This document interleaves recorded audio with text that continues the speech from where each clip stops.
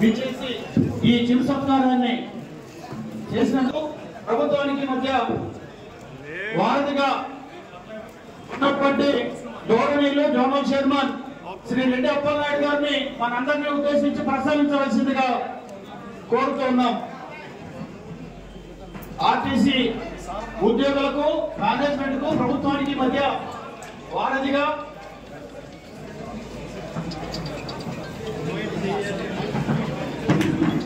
దయచేసి ఈ పక్కన ఉన్నటువంటి వాళ్ళంతా కూడా కొంచెం రావాలండి. మీడియా వారికి ఫోటోలు తీసుకుంటానికి ఇబ్బంది కలుగుతుంది. ఎవరైతే బొక్కలు అందజేస్తారో దయచేసి మీడియా వారికి ఇబ్బంది లేని పద్ధతుల్లో మరి ఫోటోలు తీసుకుంటానికి వీలుగా విచ్చేసిన అతిథుల ప్రసంగాలు మనకి తెలియజేయడానికి బాగుంటుంది. దయచేసి ఆర్టీసీ ఉద్యోగులంతా కూడా ఈ పక్క నుంచి ముందు వైపు రావాల్సిందిగా విజ్ఞప్తి చేస్తా ఉన్నాం. ఎవరైతే ఆహుతులని కలిశారో వారు కూడా అక్కడి నుంచి చాలా త్వరగా ప్లేస్ వికెట్ చేయాల్సి ఉంటుందండి, గమనించండి.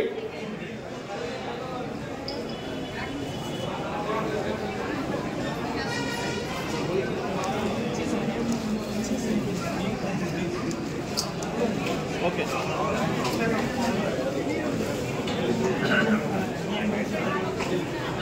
దయచేసి ప్రసాద్ గారు, శేఖర్ గారు కార్యక్రమాన్ని చేపట్టడం ఇచ్చేశారు. వారి సమయం కూడా దృష్టిలో పెట్టుకుని సహకరించవలసిన విజ్ఞప్తి చేస్తూ ఈ పక్కన ఉన్నంత కూడా దయాస్ క్లియర్ చేసి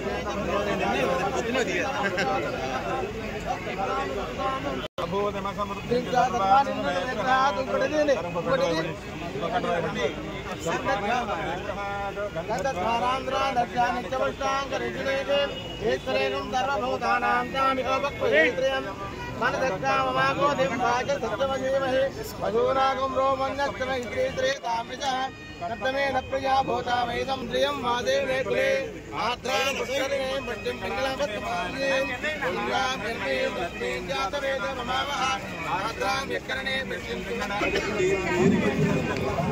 आत्मदायित गोदायि धनदायि महागणे धर्मेन्द्रा देवी धर्मकामार्थितये सर्वमोक्षाय मन्दित्वाया विगोरगं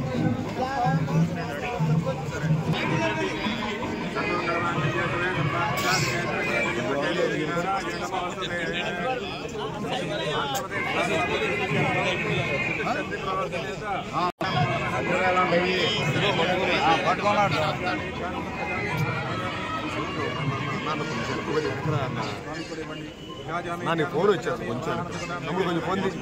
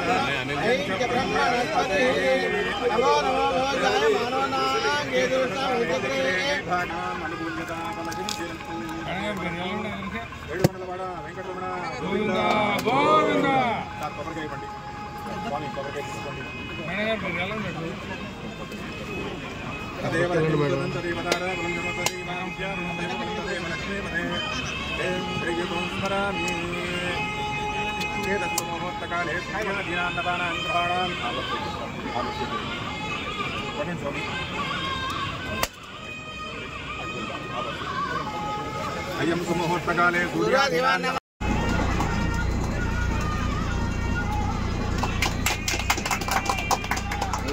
అన్న కెమెరా దిగా అన్న కెమెరా దిగా బాబు టికెట్ ఎంత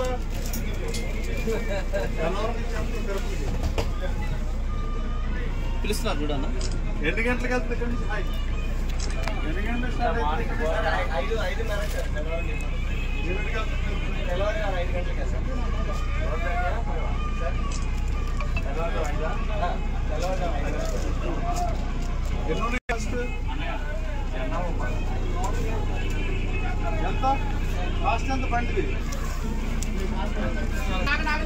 తమ్ముడు పైకి వెళ్ళిపో, పైకి వెళ్ళిపో.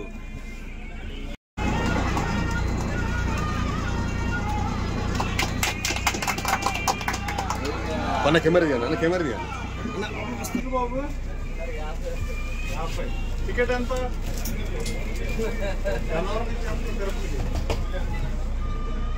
పిలుస్తున్నారు చూడన్న.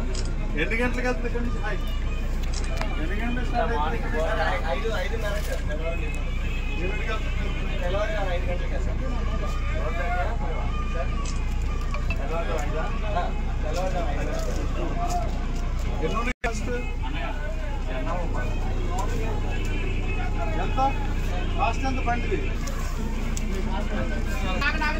తమ్ముడు పైకి వెళ్ళిపో, పైకి వెళ్ళిపో.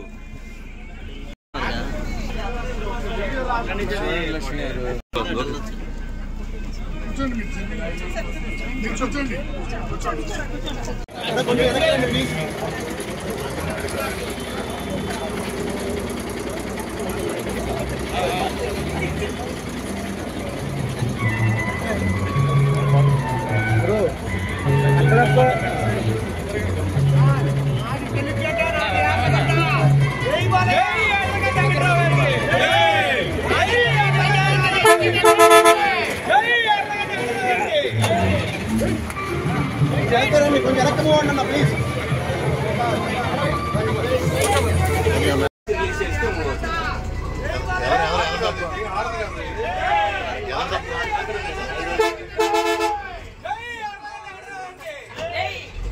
మన కార్కి ఇచ్చినట్టు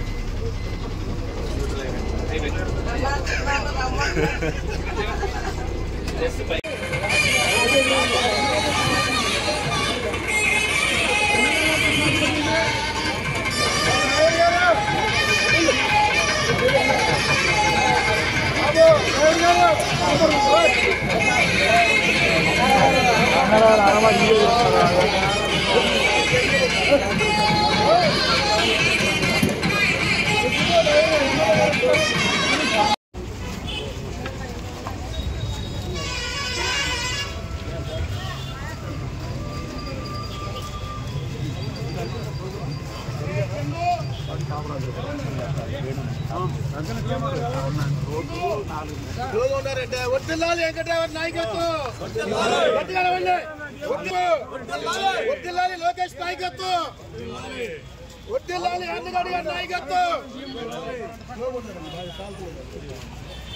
గన్నవరం బస్ స్టాండ్లో 2 లగ్జరీ బస్సుల్ని తిరుపతికి అలాగే 2 జగదల్పూర్కి ఈరోజు ప్రారంభించడం జరిగింది.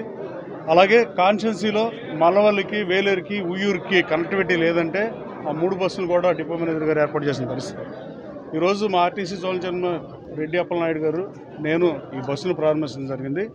అశోక్ లైలాండ్ బస్సుల్ని ఇలా ప్రారంభించడం కాకుండా మిగతా బస్ స్టాండ్లాగా రాబోయే కాలంలో అశోక్ లైలాండ్ కంపెనీని తెలుగుదేశం పార్టీ, జనసేన, బీజేపీ కూటమి అధికారంలోకి వచ్చిన తర్వాత అశోక్ లైలాండ్ కంపెనీని చంద్రబాబు గారి స్ఫూర్తితో నేను మాట్లాడి వెనక్కి తీసుకొచ్చిన పరిస్థితి.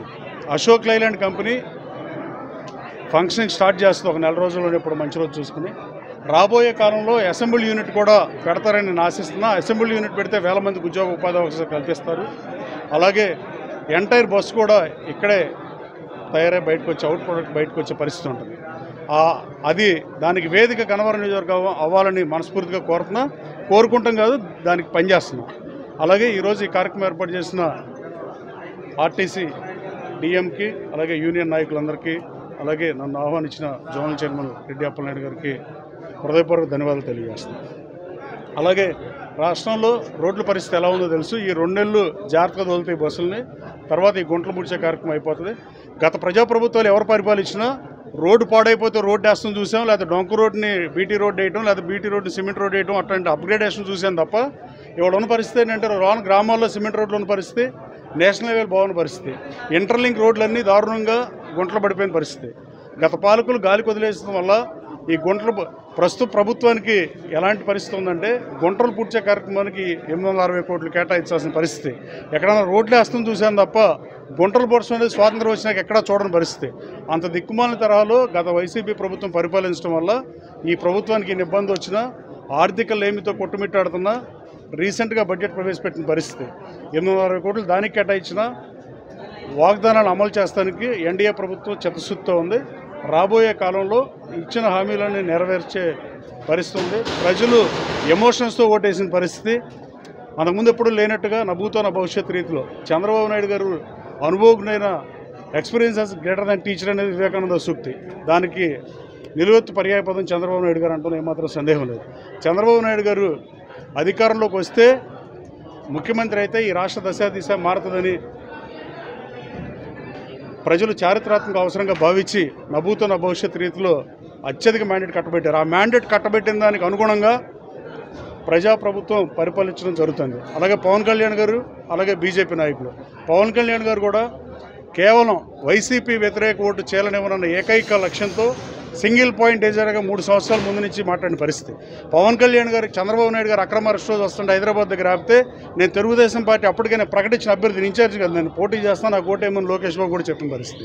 నేను పవన్ కళ్యాణ్ గారికి సంఘీభావం చెప్పి, అలాగే పవన్ కళ్యాణ్ గారు రాజమండ్రి జైలు దగ్గరికి వెళ్ళి ఫ్లైట్ ఆపితే మళ్ళీ బస్ రోడ్డు మార్గంలో ఆపి పవన్ కళ్యాణ్ని 1 గంట మాత్రమే నిరోధించారు. ఈరోజు పవన్ కళ్యాణ్ గారి అభిమానులు కోదాడి నుంచి కానీ, జగ్గైపేట నుంచి కానీ, ఆంధ్రప్రదేశ్ నుంచి కానీ, తెలంగాణ సైడ్ నుంచి కానీ వచ్చిన తర్వాత ఆ ప్రభుత్వం చేతులు తీసి మమ్మల్ని ఆయన వదిలేసిన పరిస్థితి. అలాగే బీజేపీ నాయకుల సహకారంతో కేంద్ర ప్రభుత్వం నుంచి అమరావతికి నిధులు కానీ, పోలవరం కానీ నిధులు వచ్చి రాబోయే కాలంలో ఆంధ్రప్రదేశ్ రాష్ట్రం అక్షరక్రమంలో ముందున్న ఈ రాష్ట్రం అణగారిన అభివృద్ధి అటకెక్కించి దిక్కుమాలిన పరిస్థితిలో రాష్ట్రం ఉన్న పరిస్థితి నుంచి మళ్ళీ ఈ రాష్ట్రం వైపు పారిశ్రామికవేత్తలు కన్నెత్తి చూసేలాగా ప్రజాప్రభుత్వం పరిపాలిస్తుంది.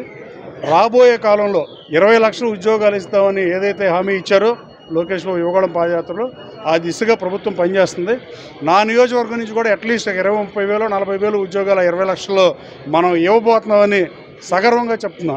అలాగే రాబోయే కాలంలో ఎన్నికల మేనిఫెస్టోలు ఇచ్చిన అన్ని ఎన్డీఏ, జనసేన కానీ, బీజేపీ కానీ, తెలుగుదేశం పార్టీ కానీ ఐకమత్యంగా అన్ని హామీలు తీర్చి దిగజారిపోయిన ఆంధ్రప్రదేశ్ ప్రతిష్టని, కేవలం బూతులు తిడతాకే పరిమితం అయిపోయిన శాసనసభని గౌరవ సభగా మళ్ళీ మార్చింది.